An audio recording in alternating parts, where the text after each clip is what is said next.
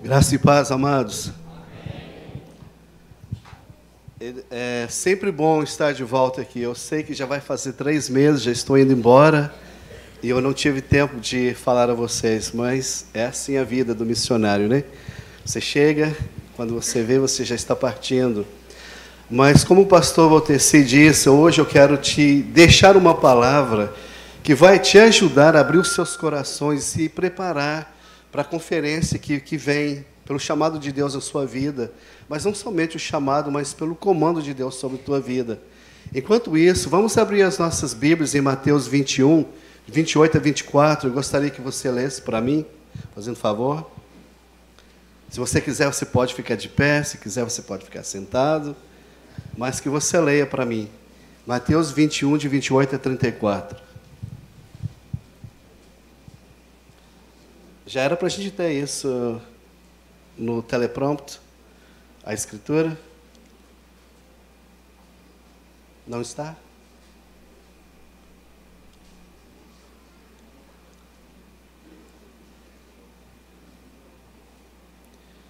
Então, você vai começar a ler para mim? Faça favor, pode ler.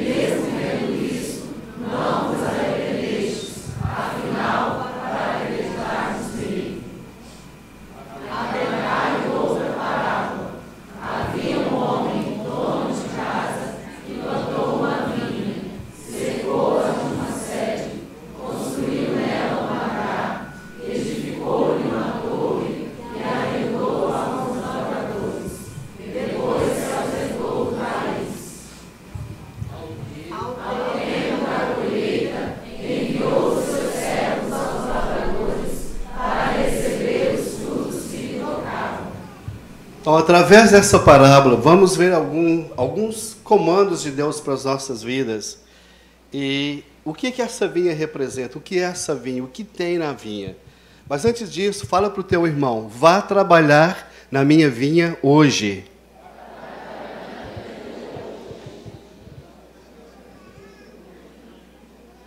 Pode falar de novo para o outro. Como que isso te parece, né? Essa ordem, porque é um comando, é uma ordem, não é um convite.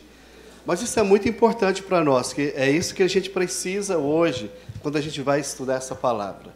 Mas tem sido dito que muitas pessoas, elas perdem a vida eterna por 45 centímetros. E essa é a distância da cabeça ao coração, onde há uma luta entre a razão e o racional, a razão e o irracional, a razão e a fé. Mas existe uma característica distinta entre o Evangelho e o conhecimento do nosso coração. E segundo Jesus, nessa parábola, essa característica divisória é chamada de arrependimento. Fala aí, arrependimento.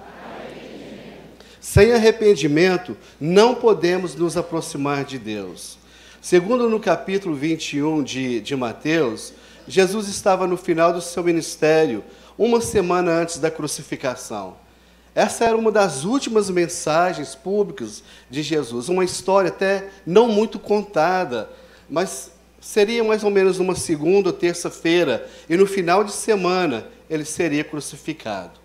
Agora, segundo o texto lido, a gente acabou de ler, seria bem bom nos perguntar, para que você precisa de um chamado se você tem um comando, você tem uma ordem? Pergunta para o teu irmão. Para que você precisa de um chamado se você tem uma ordem, se você tem um comando?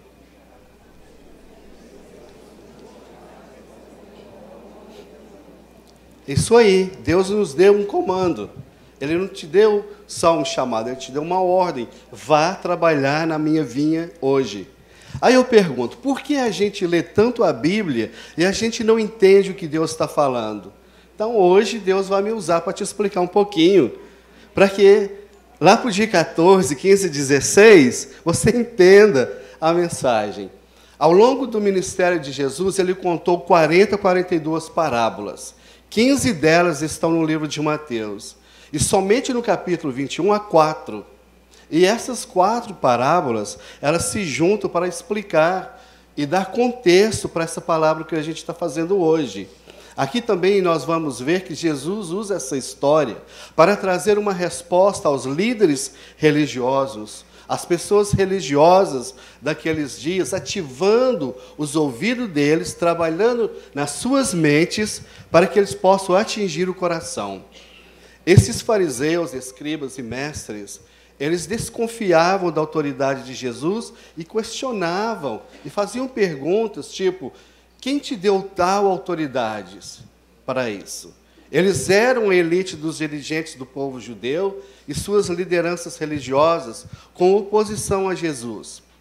Pessoas religiosas, arrogantes em seus conceitos e posições, até mesmo nas suas posições doutrinárias. O objetivo deles era buscar uma maneira de comprometer o Senhor. Mas com muita sabedoria, Jesus disse que também faria uma pergunta a eles. Se vocês respondessem tal pergunta, então Jesus responderia o que foi perguntado. Essa parábola, então, é a resposta do verso 23, onde Jesus expõe o motivo dos corações deles. Agora, se você quer saber com que autoridade Jesus fez isso, o que deu autoridade a Jesus, ou o que dá autoridade a qualquer líder, a qualquer filho de Deus, é a obediência ao Senhor e a seus comandos. Então, obediência é vital. Fala para o teu irmão, obediência é vital. Fala para o outro.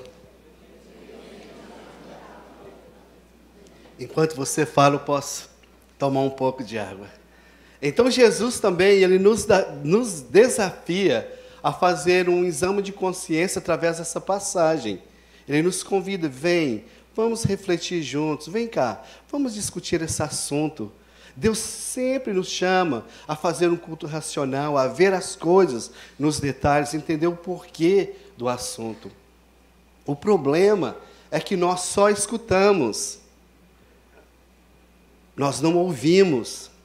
Por isso continuamos sem entendimento.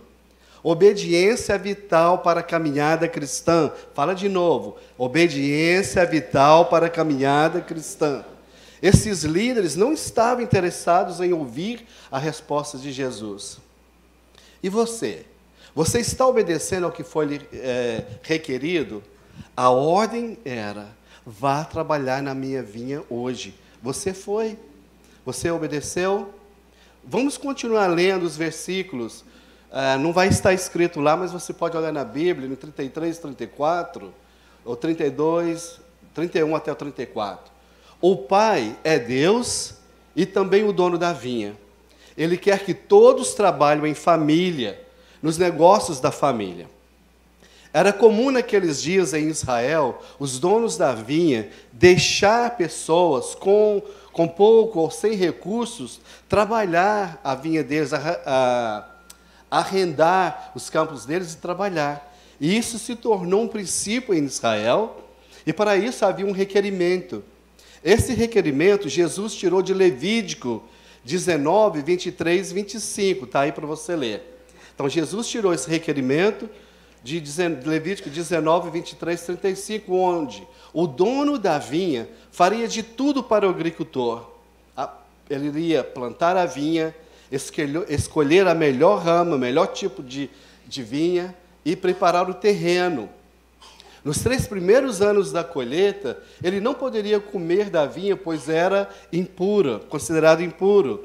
No 4º ano, a colheita seria dedicada ao Senhor e doada para os sacerdotes comerem.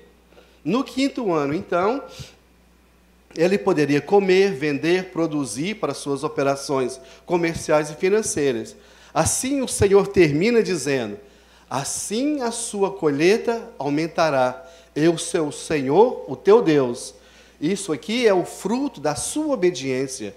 Quando a gente obedece aos princípios de Deus, aos seus valores, é isso que Ele faz. Ele aumenta a tua colheita, Ele aumenta os teus bens, Ele aumenta a tua saúde, Ele aumenta nas suas finanças, Ele aumenta em tudo na sua vida, porque o nosso Deus é um Deus holístico.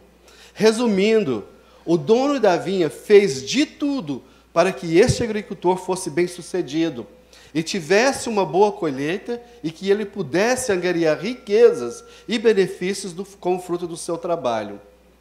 Ele colocou uma cerca de espinhos ao redor da vinha contra ladrões e animais selvagens. Construiu um lagar para fabricar o vinho. Construiu uma torre para visualizar tudo na vinha. E essa torre tinha várias e múltiplas utilidades, tipo ver qualquer sinal de perigo se aproximando da vinha, armazenar e guardar coisas e frutos, casa e refúgios para os trabalhadores e por proteção. Isso saiu lá de Isaías, capítulo 5, 1, 7. Você pode ver lá. Agora, mais uma explicação aprofundada aqui da vinha para você entender por que Deus te chama para você ir trabalhar na vinha hoje. A vinha, a casa de Israel, povo e nação. Hoje, o mundo ao qual vivemos e qual fomos chamados a servir. Deus, o dono da vinha, o qual plantou uma vinha numa área fértil, escolheu a melhor qualidade de vinha a ser plantada. Hoje, a vinha, a humanidade, as nações, o povo de Deus. A torre, na época, era Jerusalém.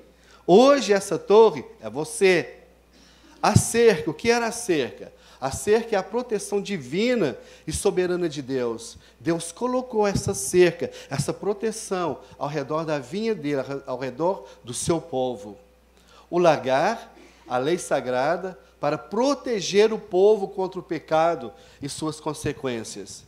Agora, de novo, a torre. Lembre-se que essa torre é você, onde os profetas de Deus podem avistar perigos espirituais e clamarem pelo povo para que pudesse se arrepender e se retornasse dos seus pecados. Os profetas eram para ser um tipo de antídoto contra o pecado do povo e pregar a mensagem do Senhor, trazendo as pessoas de volta para Deus. Deus quer que você cresça, que você dê bons frutos, para que Ele... Só um minutinho. Deus quer que você cresça e que dê bons frutos. Mas o que Ele viu foi o contrário. Ele viu o fruto ruim. Então, nós precisamos avaliar o que fazemos, como estamos fazendo, se estamos obedecendo, ou se está obedecendo, você está obedecendo o quê? Ou como você está obedecendo? Porque o que Deus viu foi fruto ruim. Nessas escrituras que eu te passei, você pode entender melhor isso.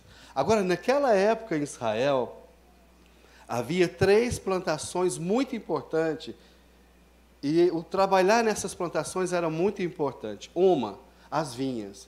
As vinhas são consideradas bênçãos espirituais. As oliveiras são as bênçãos celestiais, e os figos, bênçãos materiais. Se você quiser saber mais sobre isso, sobre as bênçãos, os figos, por exemplo, que são as bênçãos materiais, leia o livro de Amós. Israel estava lá prosperando, o exército era grande e rico, mas a casa de Deus estava para ser construída. Então eu te pergunto, onde que você está nesse processo? Como que Deus pode contar com você?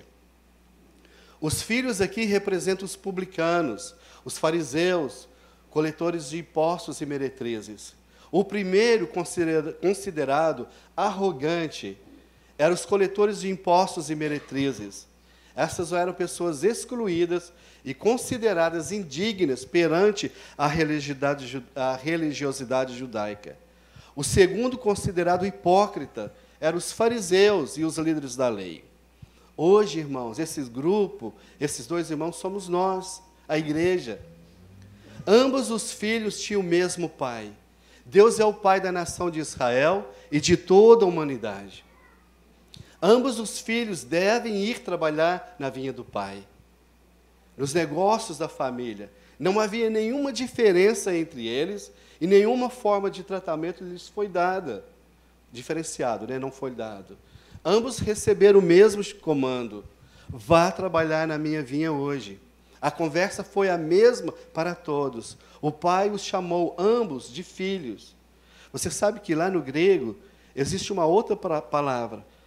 O termo legal de filhos pode ser para quem é um filho natural, biológico, ou para um adotado. Mas ele usou um outro termo acima desse, que é um termo especial. Eu não sei como falar esse termo em português. Então, só para você saber. Então, por isso ele chamou de filhos, acima de qualquer termo legal. Irmãos, o que isso nos ensina? Deus é o nosso Pai, Ele é o Pai de todos, Ele dá oportunidade a todos. Oportunidade essa de ir trabalhar na vinha. Ele nos dá porque Ele é justo. Agora, muitos são chamados, mas poucos são escolhidos. Por quê? Porque o chamado, ele é universal, mas poucos são escolhidos. Agora, qual é o critério da escolha? O critério da escolha é o atendimento imediato a esta ordem. Então, responde aí para mim, qual é o critério de escolha? É o quê? Por que está todo mundo com medo de falar isso? Eu quero ouvir. Olha só, o critério de escolha é o atendimento imediato ao comando. Fala para mim. Então, obediência ao comando. Então, a maneira a qual eu atendo ao chamado. Então, resumindo, obediência vital e imediata ao comando. Essa aí você vai falar para o teu irmão, fala aí. Obediência vital e imediata ao comando. Agora, o chamado é a trabalhar. Trabalhar e negociar até que eu volte. Lucas 19:13. Deus nos chama a trabalhar. E temos que responder a esse chamado. Deus tem autoridade, mas Ele não foi tirano. Ele não foi ditador. E quando Ele deu essa ordem nessa história, Ele nos dá a oportunidade de servir ou não. É sua escolha, é sua responsabilidade de escolher se você vai ou não. Mas também, você também tem que ser responsável pelas consequências de suas escolhas e desobediência. Inclusive, Ele nos deixou a igreja, as nações, como sua vinha. E esta igreja e nações é nossa, como filhos de Deus. Temos a obrigação de trabalhar e de proteger a vinha, a igreja de Deus, seu povo, nosso local de trabalho. Existe uma urgência para que esse chamado seja cumprido. Irmãos, às vezes nós lemos a Bíblia em busca de falhas na igreja. Lógico que não vamos encontrar falhas na igreja ou na Bíblia. Mas aí então, como não se bastasse, buscamos falhas nos pastores, nos líderes da igreja e nos irmãos. Nós devemos ler a Bíblia para buscar a vontade de Deus e obedecer, e não para derrotar os nossos oponentes ou doutrinas. A verdadeira religião consiste em fazer a vontade do Pai. Para isso é preciso passar pela morte de cruz. Como nós estamos lidando com Deus hoje? De que maneira temos respondido, tá certo? Respondido a esse comando. Qual dos irmãos você é ali naquela história? Pergunta para o seu irmão aí, como você está lidando com Deus hoje? De que maneira você tem respondido ao comando de Deus?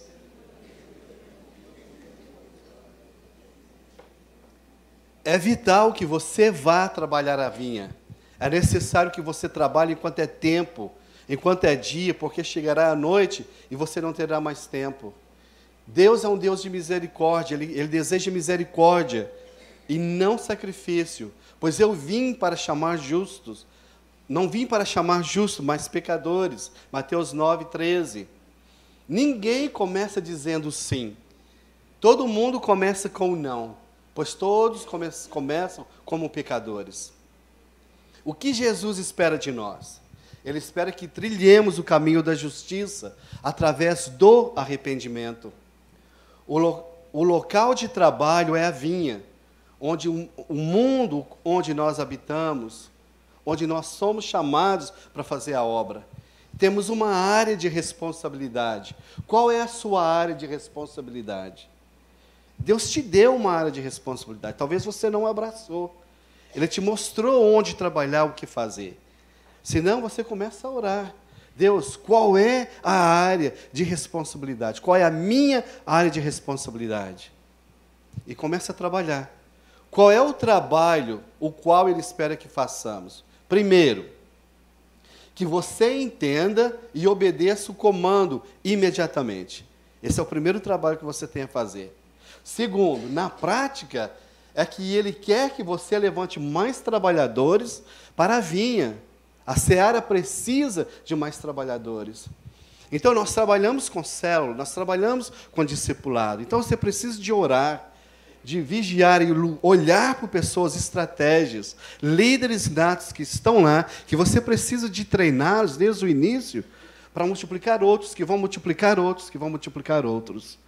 2 Timóteo 2:2, é uma regra, 2:2. Você passa essa mensagem para homens capazes, que vão passar a outros, que vão passar a outros, e não termina. É um efeito dominó, é um efeito pipoca. Se você discipular bem, se você achar a pessoa certa, um desses multiplicadores, isso vai acontecer. Agora, você não vai deixar os outros sem ensiná-los, vai ensinar a todos, mas você precisa ser estratégico, porque é isso que o Senhor quer, que nós levantemos mais trabalhadores para a seara. Então, isso começa com você. Agora, você tem ido à vinha? O que você fez ou está fazendo dos talentos os quais você recebeu? A vinha do pai era também dos filhos. Israel nos ensinou o direito de herança, de propriedade. Os pais acumularam para os filhos. E assim é Deus. Ele nos deixou a igreja. A igreja é dele, como seus filhos, a igreja também é nossa. Temos a obrigação de ir trabalhar e proteger a vinha. Mandar trabalhar na vinha é o direito dele. Você acha isso razoável? Você acha que as respostas dos filhos foram razoáveis?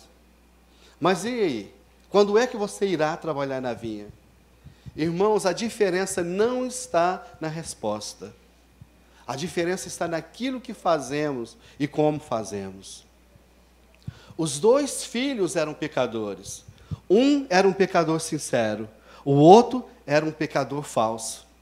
Os dois deram respostas erradas, mas apenas um se arrependeu. E aqui vai o segredo. Você deve saber já. Arrependimento. A diferença está no que foi feito após a resposta. O que falamos do que fazemos. Não existe vida com Deus sem arrependimento. Para Deus, a condição do homem é apenas de pecador. O bom é que nós sabemos que Jesus morreu na cruz por nós.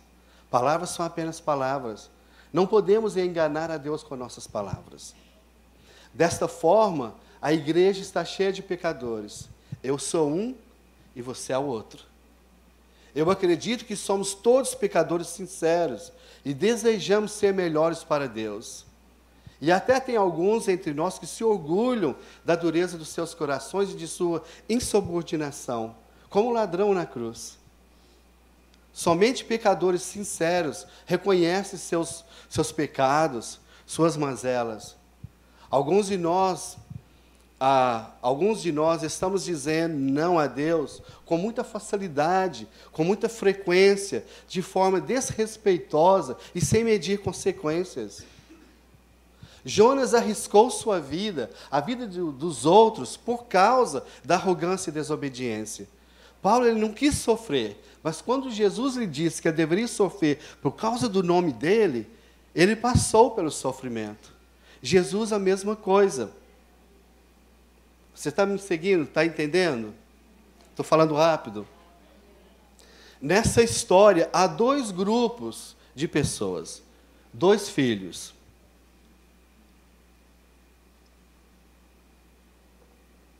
Vamos começar aqui pelo segundo filho. Ele tem suas ideias próprias, ele é confiante nele mesmo, cheio de ideias sobre esse mundo, orgulhoso, arrogante, desrespeitoso quanto aos planos e propósitos de Deus. Mas como seria a vida dele fora de casa, fora dos negócios do pai? Ele seria mais como o filho pródigo, não seria? Esse filho fala que vai, mas não vai. Fala que faz, mas não faz. Esse grupo é muito grande hoje. Respondeu sim ao Senhor, mas não obedeceu. Segundo a Bíblia, eles são chamados hipócritas. O filho foi honesto, mas foi rude. A atitude não correspondeu à resposta. Este grupo está na igreja, da mesma forma que estava no templo, irmãos. São os crentes nominais de hoje. Não são transformados. Estão na igreja, mas não são discípulos. Dizem sim a Deus em público por aparências, mas em segredo desobedecem. Não fazem o que foi requerido pelo Senhor. Essas pessoas não acreditam em Deus. Rejeitam a criação, a morte, a ressurreição. Não seguem a Jesus. Seguem eles mesmos. Essas pessoas querem recompensas por aquilo que fazem, por serem boas, por fazer o bem e até mesmo por bom comportamento. Mas a igreja de Deus não dá recompensas por bom comportamento. Na prisão, sim. Igreja não é prisão. A igreja não aprisiona ninguém, a igreja liberta. Amém? Amém. Então, se você quer recompensas por bom comportamento, você está no lugar errado. Igreja liberta. Então, nós falamos sobre o segundo filho. Nós trocamos a ordem, tá bom? Então, agora vamos falar sobre o primeiro, no verso 28 e 29. Aqui tem um pai, um Deus criador. Ele criou todos os tipos de filhos. Aqui ele diz, cobradores de impostos e meretrizes entrarão primeiro no reino de Deus. Aqui estão os piores dos pecadores. Os cobradores de impostos que eram considerados traidores, pois eles cobravam impostos para os romanos. O pai o mandou e ele disse não. Foi honesto, foi sincero, mas sinceridade também não responde, não resolve. Muitos sinceros vão para o inferno da mesma forma. Ele disse, eu não quero. A princípio, essa resposta era escandalosa ao pai. Mas a Bíblia nos diz que arrependido, depois ele foi. Todos nós somos pecadores arrependidos. Arrependemos de coisas ruins e não de boas. Então, nós éramos ruins e não prestávamos. Somos todos ex-condenados, tentando ser santos. Salvação é uma transformação na prática, mas também não vamos ser salvos por nossas obras.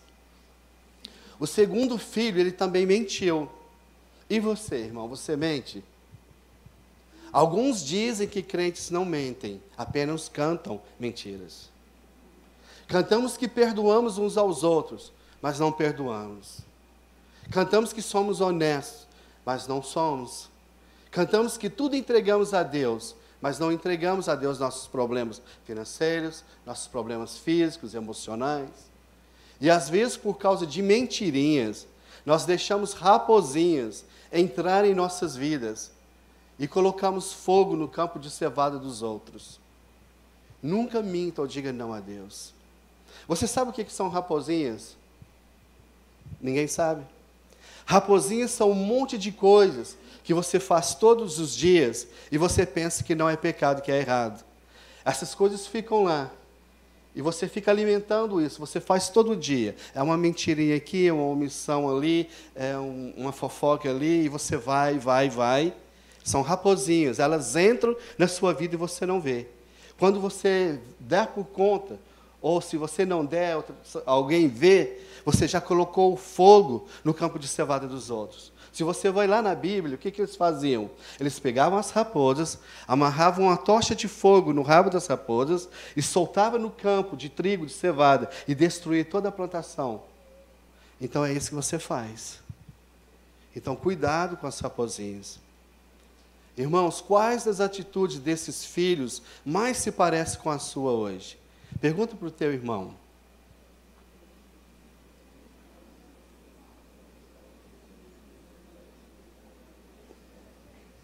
Quais das atitudes desses filhos mais se parecem com as suas hoje? Não fique com vergonha não, irmãos. Esse aqui é o melhor lugar do mundo para você estar. Se você está aqui, você está no centro da vontade de Deus para a tua vida.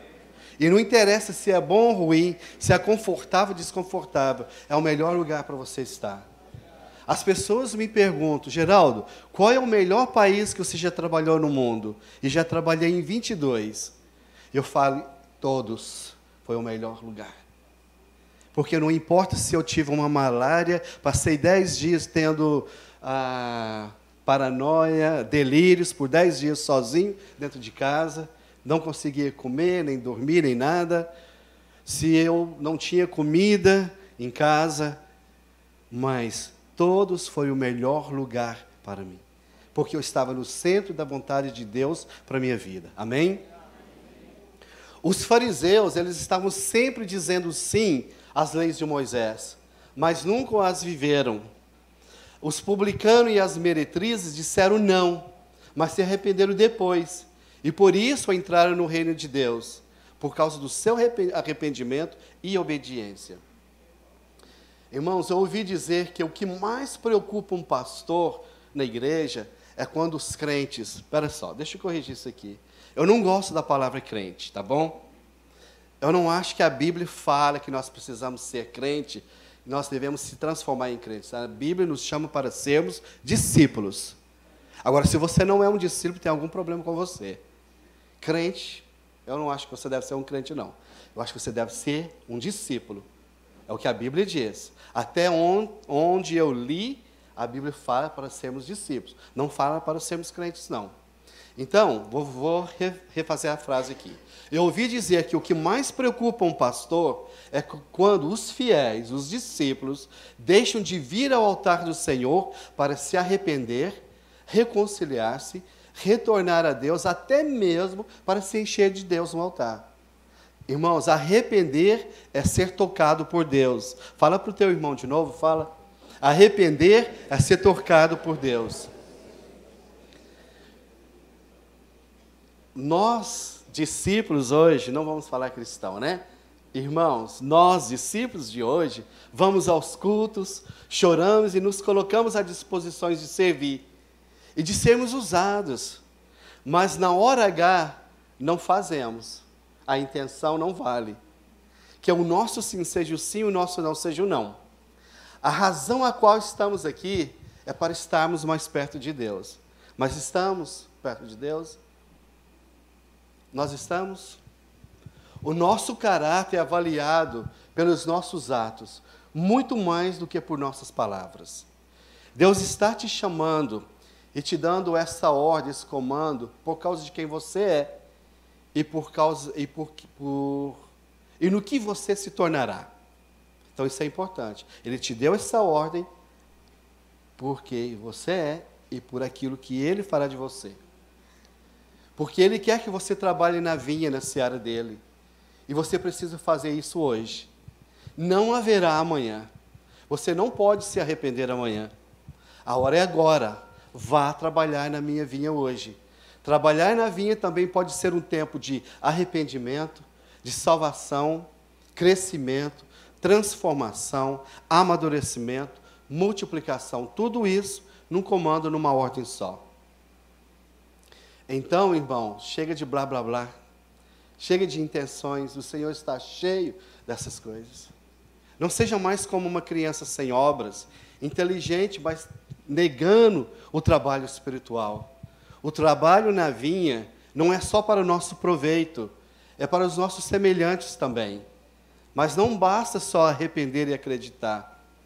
Não importa a sua idade, não importa seu tempo de igreja, não importa sua posição. Quando foi a última vez que você respondeu a algum apelo de Deus na sua vida? Você não consegue perceber que é um chamado muito especial para mim e para você nessa noite?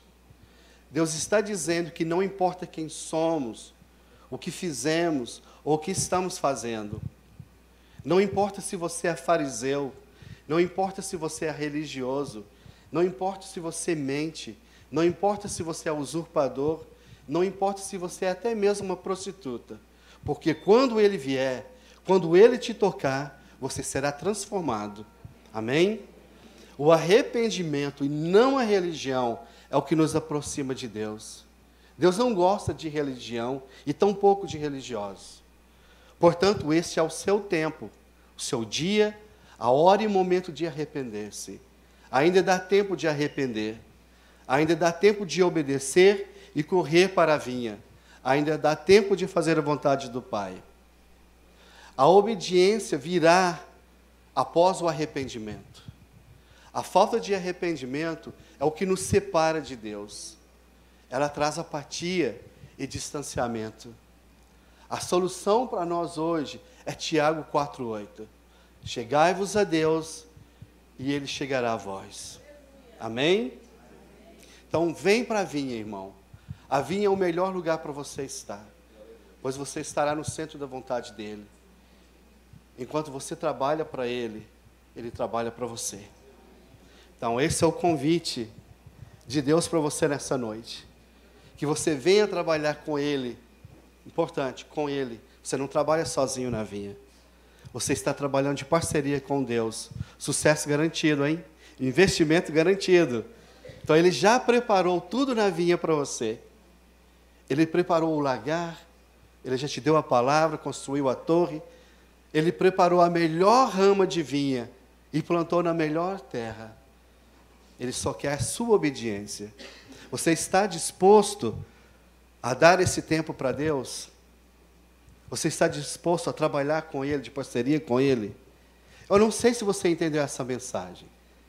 Teve uma pergunta aqui muito importante. Quando foi a última vez que você respondeu a um apelo de Deus?